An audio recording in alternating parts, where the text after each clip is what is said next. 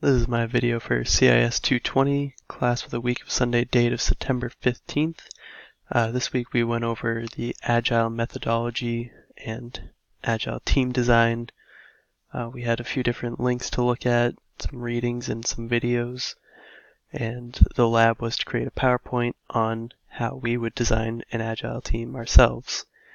I've never done any Agile work before. I've never been in a team in that type of format. So I took a lot from the readings and based what my team would be off of that. I'm not sure if maybe with experienced people think there are different setups that work better, but I don't have that experience, so I just have to go off what I've read online. So the composition, from what I've seen, it's about 5 to 9 total members. You have the Scrum Master. You could have a product owner, you have a tech lead, and 3 to 4 developers and 1 to 2 testers. And then we'll go through and explain each of those, and then we'll go through a couple of what the Agile methodology is and how the team will work in that format. So Scrum Master, they're basically the leader of the team. They work to facilitate and keep the team working on their goals. They shield the team away from outside disturbances, so upper management, different people trying to move teams in different ways, they try to keep things flowing as easily as possible for the rest of the people in the team. They also plan the meetings for reviews and ensure that the work is on track and everyone is focused. So they're really the managers of the team. They make sure everyone is getting where they need to be and keeping them away from everything else so they can focus just on their work.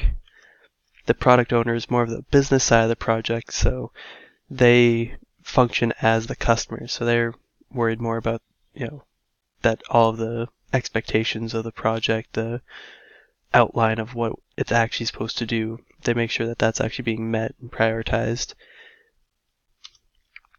The rest of the team, you have the tech lead, and they're just the lead developer, or they lead the developers and the testers in the work they do. They're usually more experienced. They provide the leadership and experience that some of the younger developers and testers might not have, to kind of just acts as the supervisor for the group to help everyone get what they need to do. And then the developers are obviously the ones that actually make the product and are the programmers of the group, while the testers are testing the product, ensuring functionality, things like that. So within the Agile methodology, there's 12 principles, and they are customer satisfaction, welcome change, deliver working software, collaboration, motivation, face-to-face conversation, measure the progress as per the working software, maintain constant pace, monitoring, simplicity, self-organized teams, and review the work regularly. So all these together, kind of the basics of Agile methodology is that instead of making one huge project and not showing anything for it all the way until the end once it's finally done, you split it up into about 2 weeks worth of groups of chunks of work. And so that way every 2 weeks people can get together and see what you've done. You can present it to the customer and show that what you're doing is actually working.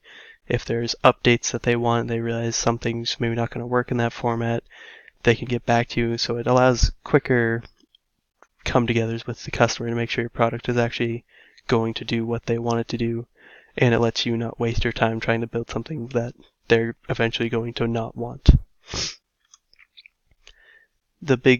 One of the big things is the daily stand-up meetings.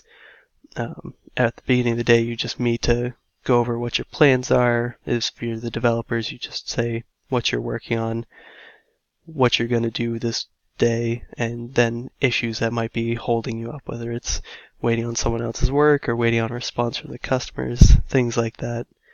And then after that, you have larger bi-weekly meetings where you actually show your work and get your new tasks for the next period to make sure that everyone can keep working on what they want to do. And that's the end.